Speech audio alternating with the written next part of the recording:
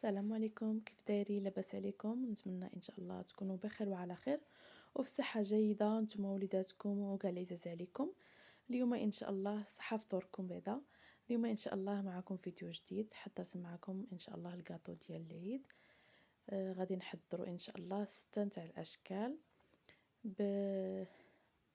بمقادير متوفره ان شاء الله في البيت ديالك، وغادي نخرجوا شكيلات غير اللي متوفر عندنا ان شاء الله، ونوعوا حتى حنا لوليداتنا البلاطو ديال العيد ان شاء الله.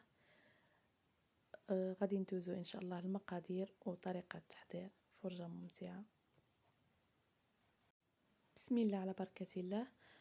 كما كتشوفوا هذا نواة كوكو، عندي هنا 2 غرافي نواة كوكو حمصتو في المقله حتى عطاني هذا اللون، كيجي محمر عندك ويتحرق لكم. هنايا عندي زلافه قوقاو وزلافه لوز، حمرتهم حتى هما في الفران وطحنتهم مزيان. غادي ندوبو ان شاء الله اول حاجه الشوكولاط ابيض. ان شاء الله غادي نستعمل انا هذا المول. اول حاجه غادي نضيفو 3 ملاعق او 4 من نواة كوكو المحمص.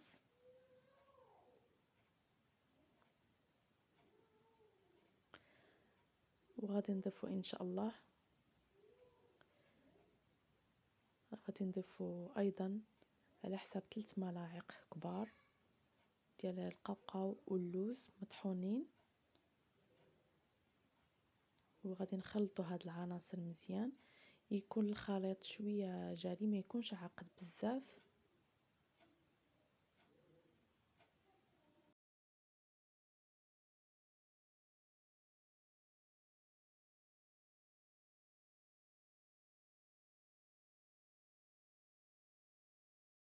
كما كتشوفوا يكون على هاد القوام، لحقاش غادي نخويوه في هذا المول ديال السيليكون.